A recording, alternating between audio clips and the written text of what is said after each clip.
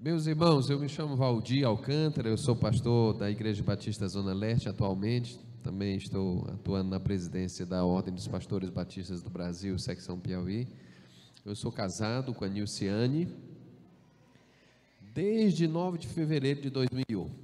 Nós temos 3 filhos, o mais velho é o André, com 13 anos, também o Benjamin. André e Benjamin estão aqui comigo nessa noite.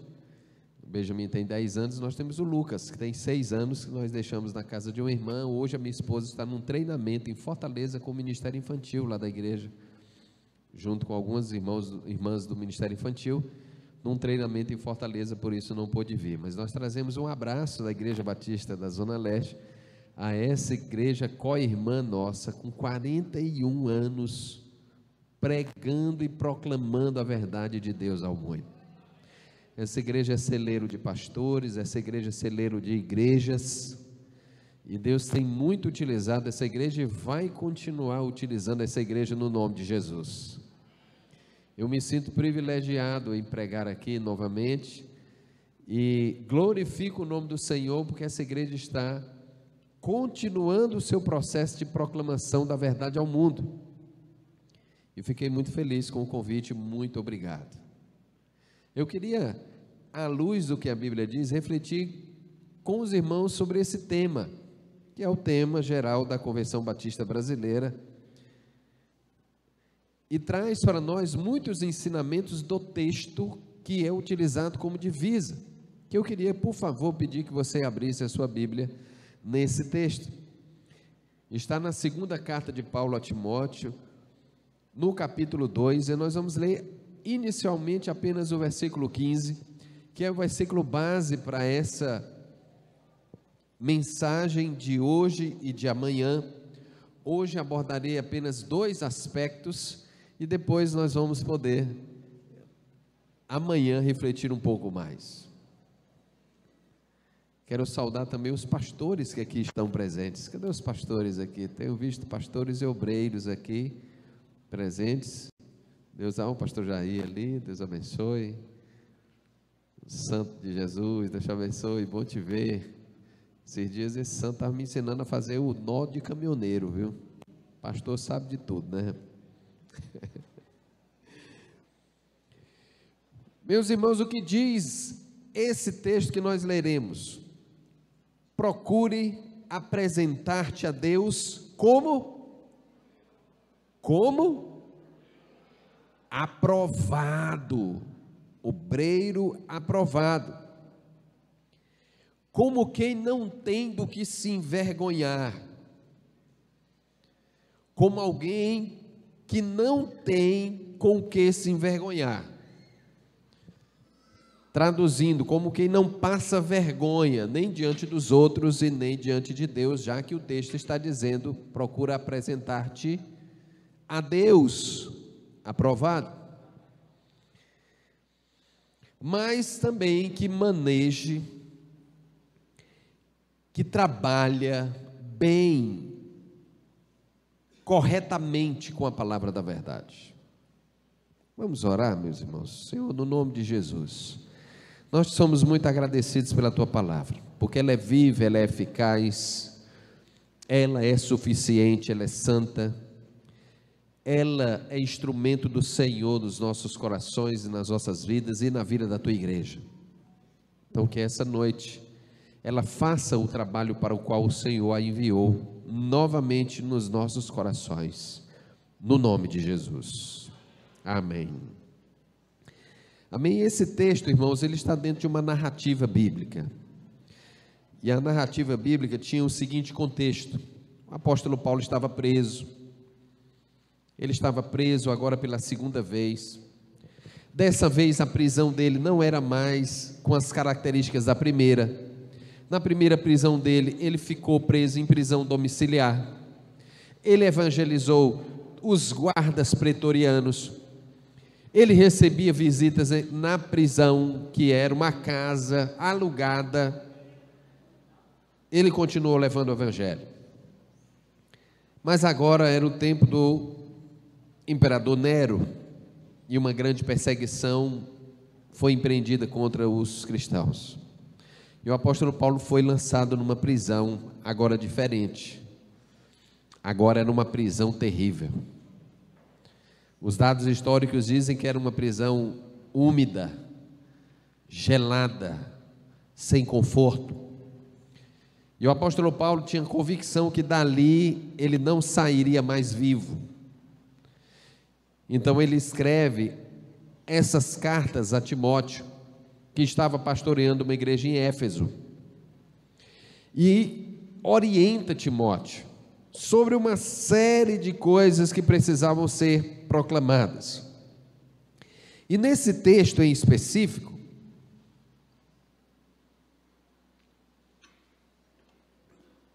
o apóstolo Paulo estava orientando Timóteo, aquela igreja, em relação a combater as heresias, as discordâncias, as confusões que aquela igreja estava vivendo. E quando a gente olha para o texto, ele lança esse desafio. Se você ler o verso 14, ele vai dizer assim: olha, continue a lembrar essas coisas a todos, continua a lembrar a verdade de Deus a todos, aos crentes, adverte esses crentes solenemente diante de Deus, conversa com eles, exorta eles, ensina eles, convive com eles, sê exemplo deles, para que eles entendam o que eles precisam viver. E aí ele lança, nesse versículo que nós lemos, esse desafio, mas também com tom imperativo. E eu quero nessa noite que nós transformemos esse imperativo aqui, que é pessoal, de Paulo para Timóteo, para cada um de nós, mas também para nós como igreja. Porque o nosso tema diz proclamemos. Então, se ele diz proclamemos, tanto estaremos fazendo isso, cada um de nós separadamente, porque é responsabilidade nossa, como também estaremos fazendo isso juntos, porque também é responsabilidade nossa. Proclamar juntos a mesma mensagem. E eu quero destacar em dois aspectos aqui, essa proclamação da verdade ao mundo e o que implica dizer isso à luz desse texto. A primeira coisa que o apóstolo Paulo diz é: procura te apresentar a Deus aprovado. E perceba, a quem eu e você, que é a igreja, e nós enquanto igreja, teremos que nos apresentar por conta daquilo que recebemos do próprio Deus. Teremos que nos apresentar a Ele, mas não nos apresentaremos de qualquer jeito e sob qualquer critério. Nós nos apresentaremos a Ele aprovados. E um dos desdobramentos de ser aprovado aqui no texto é que nós não tenhamos do que nos envergonhar, para sermos aprovados diante de Deus. E por que diante de Deus? Porque Ele é o dono da mensagem, Ele é o dono da igreja, foi Ele quem estabeleceu a mensagem. A mensagem não é da igreja, não foi criada pela igreja. A verdade não é da igreja, a verdade é de Deus. A verdade é dele, foi ele quem estabeleceu a verdade. É a ele que nós prestaremos conta de como tratamos a verdade que ele estabeleceu. Por isso a preocupação de Paulo em relação a Timóteo. Faz isso, Timóteo, porque importa mais agradar a Deus do que aos homens. Importa mais agradar a Deus, que é o dono da verdade, que aos homens. E isso me faz lembrar dois comportamentos que a igreja deve ter. O primeiro delas é não abrir mão da verdade, sob circunstância nenhuma, abrir mão da verdade que Deus estabeleceu. Meus irmãos, de tempos em tempos, a igreja sofre desafios em relação a manter a verdade. Em todas as culturas, em todos os contextos, a verdade de Deus será combatida. E cabe a nós, enquanto crentes, e a nós, enquanto igreja, rejeitar o afastar-se da verdade. Se você for na China, você vai encontrar igrejas ditas cristãs, que são oficializadas pelo Estado. Elas têm direito de funcionar. Porém, para que elas funcionem, elas assinam um termo de que não tocarão em alguns pontos da doutrina bíblica, porque isto fere a visão do Estado em relação às pessoas, em relação à comunidade, em relação ao governo. E essas, entre aspas, igrejas, se confortam diante das pessoas negando a verdade, para que possam funcionar. Mas existe lá também igrejas que não abrem mão da verdade, e por isso não podem se reunir, e por isso são perseguidos, e por isso são presos, e por isso são mortos, mas não abrem mão da verdade. Qual dessas igrejas você acha que estará aprovada quando se colocar diante de Deus? Aquela que não abre mão da verdade. Aquela que não abriu mão da verdade de Deus. Proclamar ao mundo a verdade é saber que a verdade é de Deus e que nós prestaremos conta dessa verdade diante dele, de forma a não ter com que se envergonhar diante disso. Colocar-se diante de Deus apresentando a verdade, seja o preço que for pago. Não nos colocando em posição de negar a verdade, mas mantendo a verdade em riste firmemente, porque prestaremos conta diante do Senhor. Prestaremos conta diante do dono da verdade. Pessoalmente, todos nós, mas também nós como igreja. Nós prestaremos conta diante do Senhor. Um dos aspectos de que o Senhor fala que nós devemos demonstrar essa verdade é manejando corretamente a palavra da verdade. E esse termo manejar aqui, talvez seja a lembrança do apóstolo Paulo de quando ele fazia tendas, né? O manejar aqui no grego é cortar de forma correta. Sabe quando você corta alguma coisa para encaixar, o marceneiro que corta a madeira retinha no canto para que ela fique bem encaixada? É isso que diz o termo aqui. Se você cortar a madeira de forma torta, ela não vai encaixar. Ela não vai ter lugar ali. Ela não vai funcionar. Tem que ser cortada de maneira correta.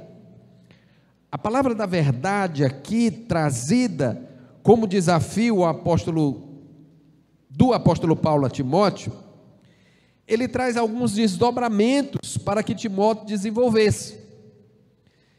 E eu não sei se você percebeu, mas havia um grupo aqui combatendo a verdade. E Paulo estava dizendo, você vai ter que lidar com essas pessoas. Aí ele apresenta como lidar com essas pessoas e com a atitude delas. Porque eu e você pessoalmente, nós vamos lidar com gente. Porque o alvo da mensagem da verdade são as pessoas. São as pessoas. Nós vamos ter que lidar com pessoas que discordam de nós, que falam que é mentira aquilo que nós dizemos que é verdade, que contrariam, que apresentam outras verdades. Hoje mesmo eu estava conversando com um grupo de jovens ali na Igreja Batista Memorial em Timon, falando sobre pureza sexual. E aí, quando nós vamos para a primeira carta de Paulo aos Tessalonicenses, capítulo 4, o apóstolo Paulo diz que eles tinham que se abster de tudo aquilo que é, e aí o termo grego é porneia, né?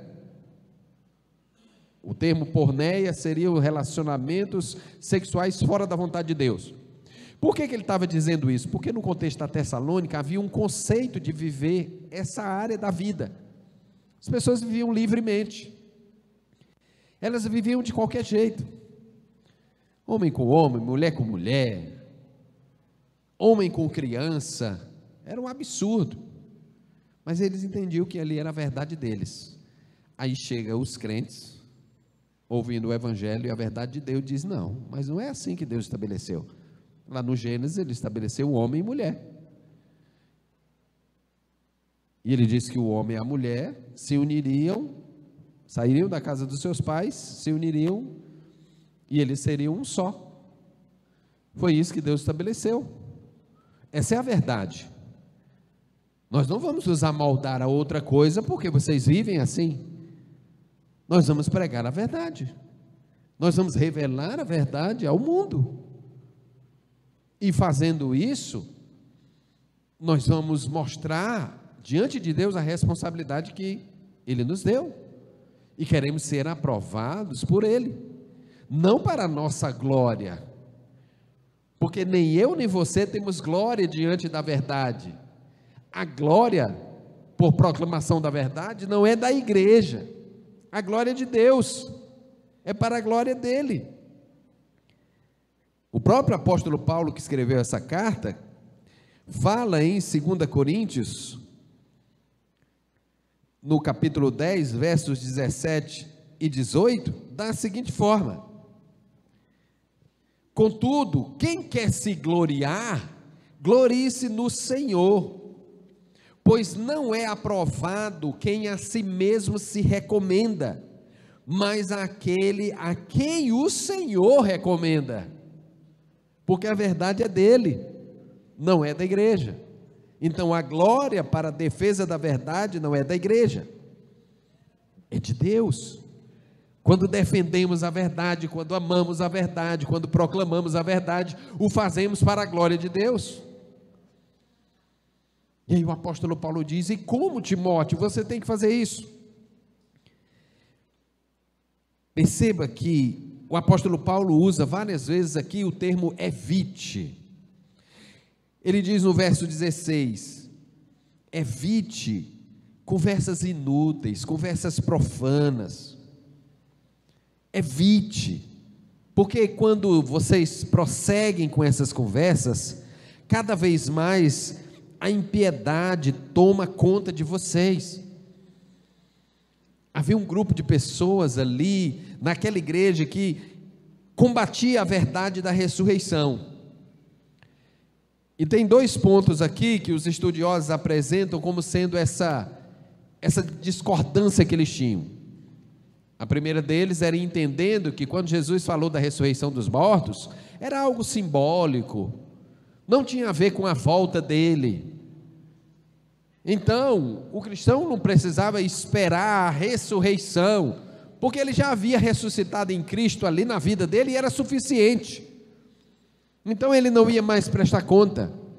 E isso ocasionava em algumas pessoas o pensamento seguinte: eu posso viver a vida do jeito que eu quiser, porque eu já estou ressurreto, não preciso mais prestar conta de nada da minha vida em relação ao erro, porque não existe mais erro para mim. E essa doutrina começa a se espalhar na igreja. A outra vertente diz respeito ao fato de que eles, achando que a ressurreição já aconteceu, que essa ressurreição era apenas simbólica, que ela nunca se repetiria na eternidade, combatendo assim os ensinos de Paulo. E era tão certo que era gente da igreja que estava fazendo isso, que Paulo cita 2 nomes, Himeneu e Fileto. E realmente com um nome desse não podia ser gente boa, né? Himeneu e Fileto. O apóstolo Paulo diz aqui que esses homens ensinavam e o ensino deles se alastrava como um câncer.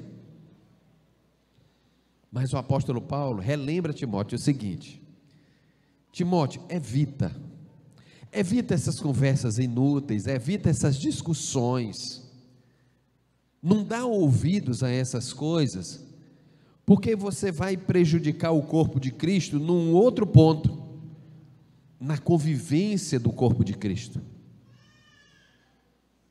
A confusão, ela começa quando as discussões não estão no campo central, mas no campo periférico.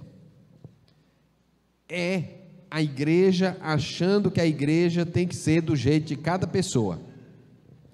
Meus irmãos, na proclamação do evangelho ao mundo, no que diz respeito ao como fazer, se cada um de nós for opinar como deve ser, meu irmão, vai ser tanta confusão. Porque um irmão diz, não, o templo da igreja tem que ser branco. O outro diz, não, eu gosto é do preto, parede preta na igreja. O outro diz, não, melhor mesmo é quando é de telha. O outro diz, não, melhor mesmo é quando é metálico. E nós vamos nos envolvendo em pontos discordantes que são periféricos. E não obedecemos o como, o evite. Evitar é cuidar.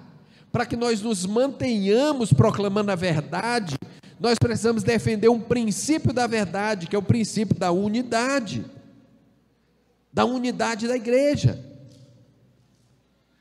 Quando nós refletimos sobre isso, manejar bem a palavra da verdade e o como fazer, a primeira coisa que nós entendemos é que nós devemos fazer isso juntos. Uma igreja que não anda junta, ela não proclama a verdade, porque ela não vive a verdade. Ela tem que caminhar junta. Porque a grande verdade é que a igreja não pode fazer a igreja crescer. Só quem pode fazer a igreja crescer é Deus. Então a pergunta não é como é que nós vamos fazer a igreja crescer, porque nem eu e nem você e nem nenhum ser humano tem a capacidade de fazer a igreja de Deus crescer, porque a igreja é dele. Nesse processo de igreja multiplicadora, pastor Mendes e pastores aqui, tem alguns pastores que são responsáveis a nível de Brasil por cuidar dessa área na Convenção Batista Brasileira. Um deles é o pastor Fabrício Freitas, hoje pastor da comunidade Hope, lá em Brasília, e ele estava preparando os seminários chamados Multiplique, né? Esses seminários são regionais, que também acontecem de forma nacional. Aí ele disse que um dia recebeu a ligação de um pastor, que disse assim: pastor, eu tenho acompanhado que vocês têm feito vários seminários aí pelo Brasil, e eu queria disponibilizar o meu nome para ser um dos preletores nesse seminário, porque eu sei fazer a igreja crescer. Eu sei fazer. Como a igreja crescer. Eu tenho o método certo. Eu tenho a forma correta. E a resposta do pastor Fabrício para ele, carinhosamente, foi: meu irmão, nós não precisamos de gente que sabe fazer a igreja crescer, porque nós não cremos que existe essa pessoa. Porque a própria palavra de Deus nos afirma que só Deus pode fazer a igreja crescer. Mas a pergunta não é como fazer a igreja crescer. A pergunta é: o que está impedindo a igreja de crescer? Essa sim, nós temos responsabilidade. Será que nós estamos evitando as conversas tolas entre nós, que trazem tanta discordância, que trazem tantas dores? Porque a verdade, a despeito do que se apresente, ela continua firme. O próprio apóstolo Paulo, combatendo essas pessoas aqui que se diziam irmãos, no verso 19 ele diz assim: Entretanto, o firme fundamento de Deus permanece inabalável e selado com esta inscrição: o Senhor conhece quem lhe pertence, e afaste-se da iniquidade todo aquele que confessa o nome do Senhor. Está lá a verdade, e é a verdade de Deus. Ele também diz: fuja dos desejos malignos da juventude e siga a justiça, a fé, o amor e a paz. Ele diz: evite as conversas tolas, mas ele diz também: fuja dos desejos malignos da juventude e siga a justiça, o amor, a paz. Tenha bom procedimento. Ao proclamar a verdade, nós chamamos a atenção para nós. As pessoas estão olhando para a igreja. As pessoas estão olhando para a igreja não só porque ela fala, mas porque ela vive. Como é que a igreja vive? Como é que ela trata a verdade no seu convívio? Eu tive o privilégio de conviver em algumas igrejas. E numa das igrejas que eu convivi, num domingo pela manhã, após uma discordância de alguns irmãos com o pastor, teve uma assembleia. Eita, daquelas que nunca teve aqui nessa igreja, eu tenho certeza. Daquelas que fecha a porta no domingo de manhã, entrou todo mundo, fecha a porta. Se você não tiver numa assembleia e fechar a porta, é porque o negócio é sério, meu irmão. E aí, quando fecharam a porta, que o pastor disse: declaramos aberta a Assembleia Geral Extraordinária da igreja, um irmão levantou lá do plenário e disse assim: pastor, vou só lhe dar um aviso, se eu for excluído hoje, eu atiro em você daqui mesmo. Você pode excluir, mas saiba que você sai daqui, mas não sai mais andando não. O irmão manso, né? E aquilo foi um escândalo, né? Que talvez aquele irmão ou aquela igreja nunca achou que seria.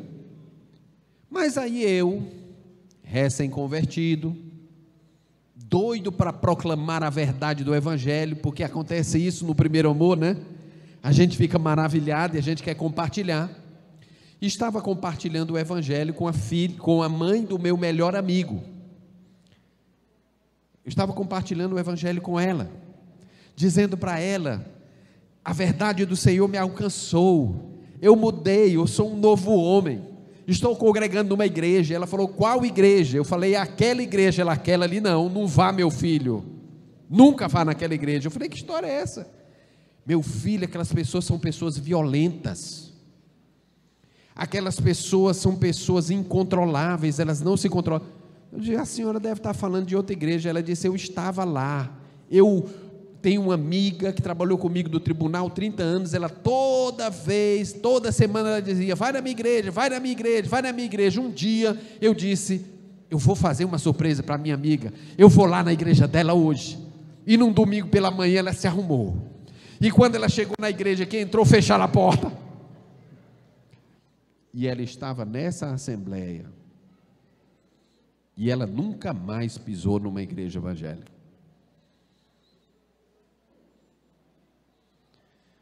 Não importa o quanto nós defendamos a verdade, se nós não vivemos a verdade. Proclamar a verdade ao mundo não é só com a boca, porque as pessoas muitas vezes não vão nos dar o ouvido delas, mas os olhos delas estão sobre a igreja. Os olhos dela estão sobre a igreja. Por isso a igreja vai alcançar o proclamar quando ela está unida, vivendo em amor. A igreja, assim, é entregue nas mãos do Senhor da igreja. E quando ela vive desse jeito, tudo funciona de maneira diferente, porque é o próprio Deus que faz isso. Perceba o que está escrito em Efésios capítulo 4, verso 16. Ele faz com que tudo, eu gosto dessa versão da NVT, que é a nova versão transformadora. Ele faz que toda todo o corpo se encaixe perfeitamente, e cada parte, ao cumprir sua função específica, ajuda as demais a crescer, para que todo o corpo se desenvolva e ele seja saudável em amor. Saudável em amor. Isso é vida em unidade. Mas perceba, meus irmãos, unidade não é uniformidade. Unidade não é uniformidade. Uniformidade, qualquer ser humano pode alcançar. Uma instituição pode alcançar uniformidade. Quando alguém se alista no exército brasileiro, ele também está se comprometendo a usar a mesma farda. Ali todo mundo é igual.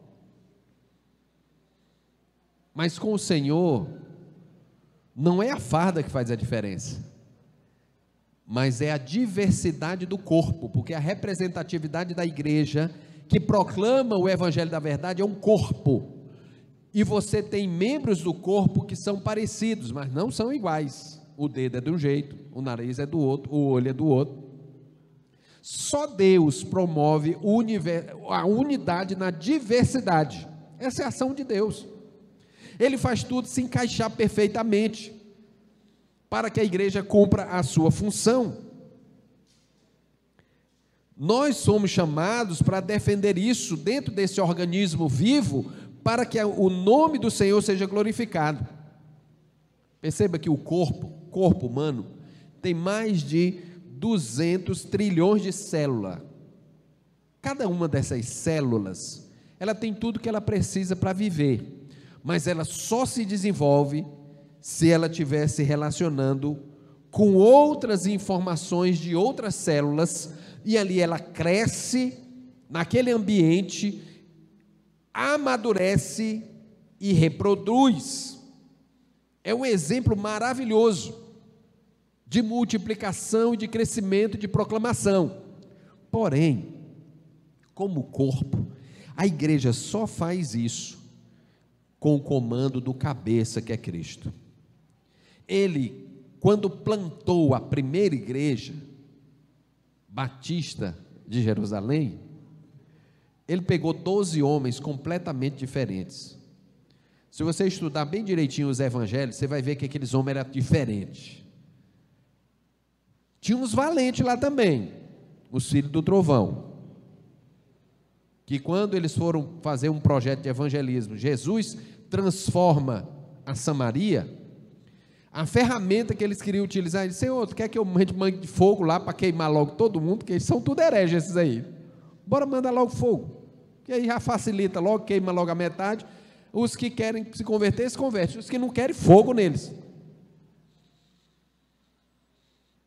Mas esses homens, tempos depois na igreja cristã, deram lições de amor, escrevendo cartas e mostrando que Deus, em Jesus, os havia transformado. Eles estavam lá unindo a igreja. O apóstolo Paulo diz: vocês, Coríntios, vocês pensam, eu sou de Paulo, eu sou de Apolo, eu sou de Pedro, eu sou de Cristo. Nenhum de nós aqui quer dividir nada não, irmãos. Nós queremos viver a mesma fé, nós somos uma só fé, um só corpo. Por isso, o mesmo apóstolo Paulo, em Efésios 4, 15 e 16, o texto completo, ele diz: antes, seguindo a verdade em amor, cresçamos em tudo naquele que é a cabeça, Cristo, e dele todo o corpo ajustado e unido pelo auxílio de todas as juntas, cresce, edifica-se a si mesmo em amor, na medida que cada um realiza a sua função. É a verdade de Deus vivenciada na igreja do Senhor, comandada pelo Cristo, o cabeça da igreja, fazendo com que o seu povo viva em unidade. Proclamar a verdade de Deus, manejando bem a palavra da verdade, é evitar, irmãos, o que nos separa, é nos trazer a unidade para a proclamação do evangelho, é trazer em nós o fruto do Espírito em nós e os desdobramentos dele. que diz a palavra, não tem nenhuma lei que obrigue que seja pouco, nenhuma lei. As obras do Espírito, o fruto do Espírito em nós, o amor, a paz, a longanimidade, a benignidade, a mansidão, o domínio próprio. Contra essas coisas não há lei. Você pode usar o tanto que quiser. E onde nós usamos isso? É na igreja, andando em unidade e amor, para que a igreja proclame a verdade, proclame na boca e proclame na vivência. E amar é amar a qualquer um, mesmo diferente de nós. Tem um pastor muito querido, que hoje ele já está na glória, que ele disse que na igreja dele tinha um irmão. Ele disse: rapaz, eu amava aquele irmão, mas ele era um irmão difícil. Ele disse que na igreja dele, pastor, tinha umas colunas dessa. Aí disse que esse irmão ia para o culto, se escondia atrás da coluna, para durante a semana perguntar: pastor, eu fui ou não para o culto? Meu irmão, não sei. Você não sentiu falta de mim não, né, pastor? Pois eu estava lá, eu estava escondido lá atrás da coluna. Disse: meu irmão, você está doente. Uma necessidade de atenção absurda. Mas o pastor amou aquele irmão. Amou. E quando ele falava das dificuldades do irmão, ele dizia: mas meu irmão, quem é que é difícil? Que não é difícil? Quem é que é fácil nessa vida? Me diga. Certa vez o irmão estava dizendo: é porque o irmão fulano tem dificuldade de lidar com o não. Quando diz não para ele, aí ele fica chateado. Eu digo: mas meu irmão, quem é que tem facilidade de lidar com o não? Me diga. Ninguém tem facilidade de lidar com o não. Evite as conversas profanas e tolas. Evite aquilo que tira a unidade da igreja. Nós temos tantas coisas a fazer que nós não temos mais tempo, irmãos, para ficar não exercendo o amor de Deus dentro das nossas comunidades. A verdade está para ser proclamada pela igreja e para ser vivida por ela. Que os frutos do Espírito Santo de Deus se manifestem nessa igreja. Convívio dessa igreja na proclamação da verdade seja experienciada toda vez que essa igreja se reunir, seja nos pequenos grupos, seja numa assembleia, seja num culto público, seja num projeto de evangelismo, e a verdade de Deus será multiplicada nesses arredores. E daqui a pouco não vai caber mais lugar, não vai ter mais lugar nesse templo. E aí vai ter que quebrar, vai ter que crescer, porque a unidade da igreja do Senhor, ela proclama a verdade dele. E por fim, meus irmãos, a igreja, nesse desejo de proclamar a verdade ao mundo, ela deve corrigir as pessoas, ela deve corrigir a rota. Meus irmãos, todos nós estamos caminhando na verdade, andando na verdade, mas vez por outra a gente troca as marchas, não troca?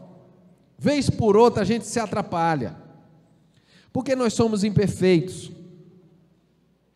E qual é a nossa parte como igreja, responsabilidade nossa uns com os outros? É a gente fazer isso corrigindo. Mas perceba que o apóstolo Paulo é usado por Deus aqui, pelo seu Espírito, no verso 25, para dizer assim: você, Timóteo, você deve corrigir, mas é com mansidão aqueles que se lhe opõem. É corrigir com mansidão. E além de corrigir com mansidão, é também na esperança de que Deus lhe conceda o arrependimento, levando-os ao conhecimento da verdade. Eu imagino aqui a oração. Aqui é a oração, irmãos. Aqui é a oração pelo outro. Aqui é a intercessão pelo outro. Você corrige com mansidão, mas você ora para que o Senhor abra os olhos espirituais daquela pessoa e ela se arrependa. Que isso aí é um processo que eu e você não conseguimos na conversa. Tem coisas que nós não conseguimos a conversa, irmãos, por mais bem intencionados que nós sejamos. Os pastores aqui hão de concordar comigo. Pode olhar para qualquer pastor que está aqui, está cheio de cabelo branco, mas não é de outra coisa não, é só de dizer o óbvio. Cabelo branco de pastor é só de dizer o óbvio. Meu irmão, as coisas não são assim, meu irmão.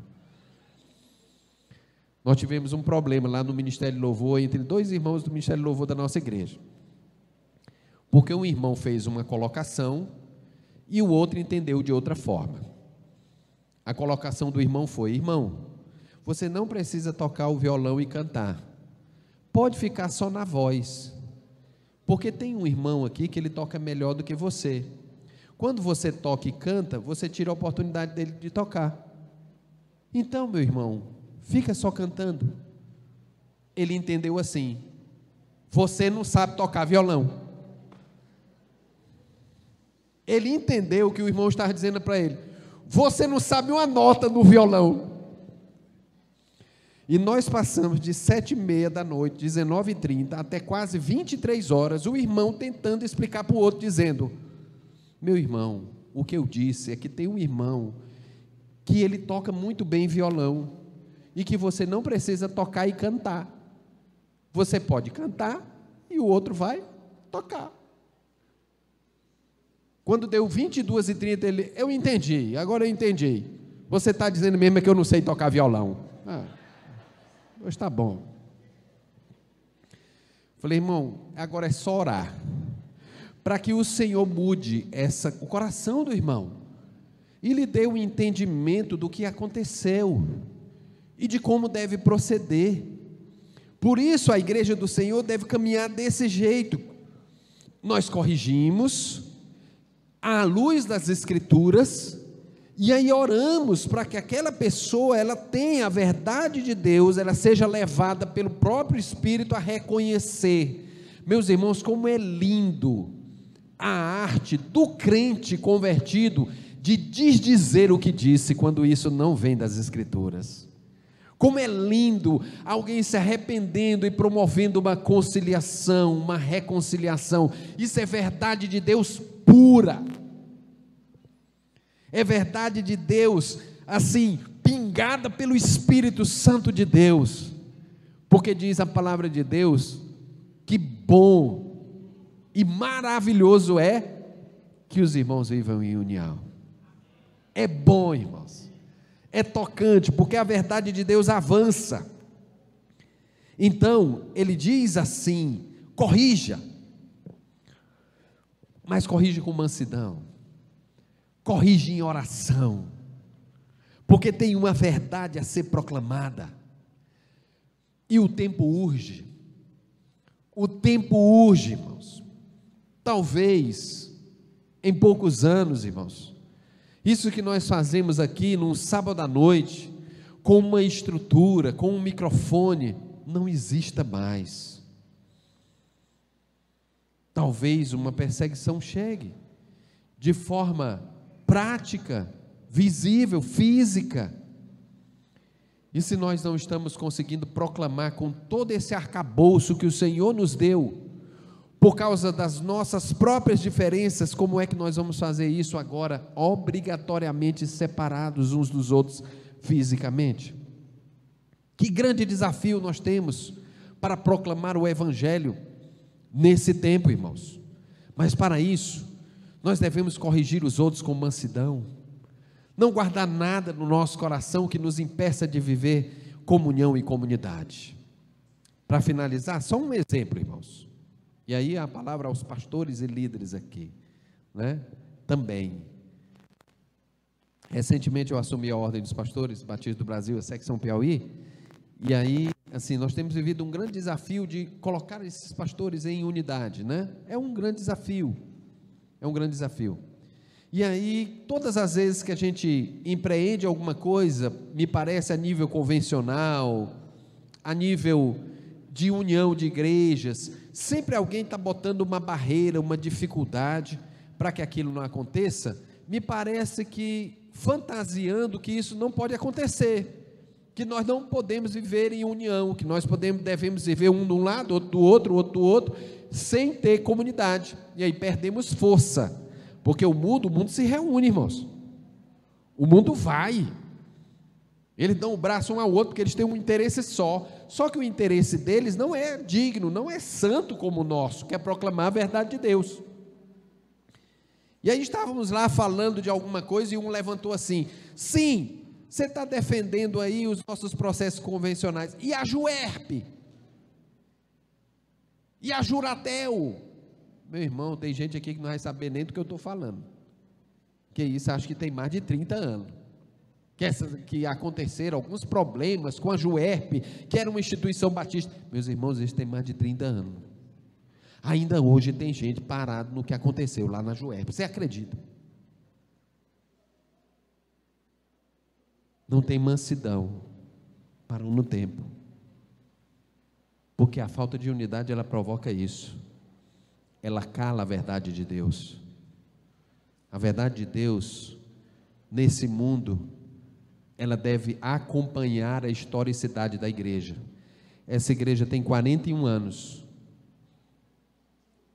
mas talvez a forma para ela alcançar os de hoje, não é a mesma forma que foi usada há 41 anos atrás, porque a igreja deve viver, e aí eu realço o lema da mocidade para Cristo, no compasso dos tempos, mas ancorada na rocha. Mas deve viver no compasso dos tempos, entendendo que estratégias são atuais e que não ferem a nossa doutrina e que podem trazer sim crescimento e unidade à igreja,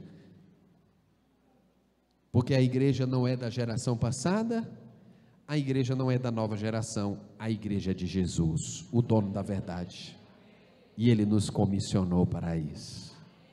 Baixa a sua cabeça, eu quero orar com você, agradecendo ao Senhor pela sua palavra. Deus, muito obrigado, nós te somos muito gratos, porque nós somos a igreja do Senhor, resgatados pela tua verdade, resgatados pelo teu amor. Muito obrigado, Senhor, porque o Senhor nos uniu, gente diferente, parte do corpo, que tu és o cabeça desse corpo. Obrigado, Senhor.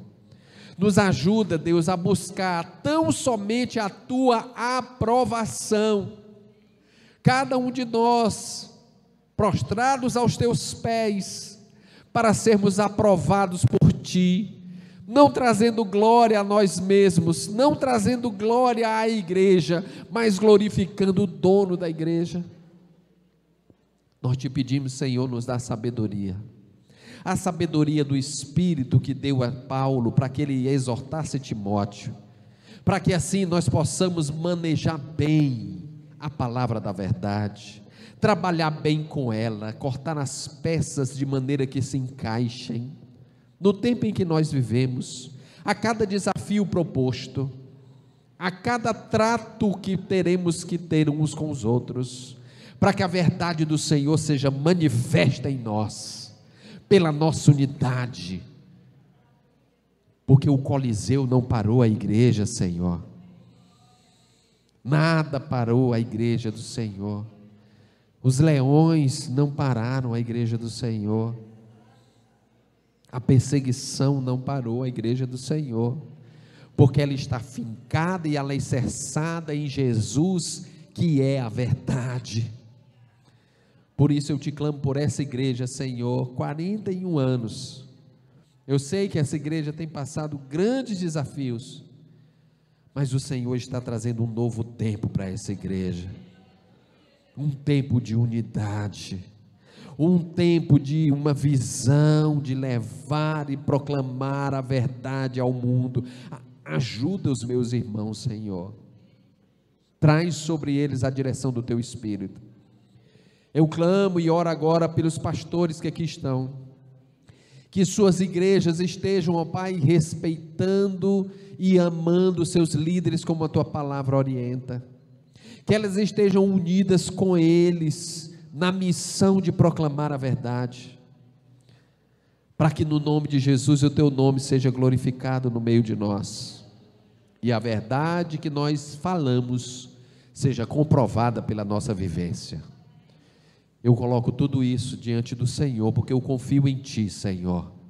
E eu sei que os meus irmãos aqui também confiam. E nós fazemos isso no nome de Jesus. E os crentes dizem: amém. Glorificado seja o nome do Senhor.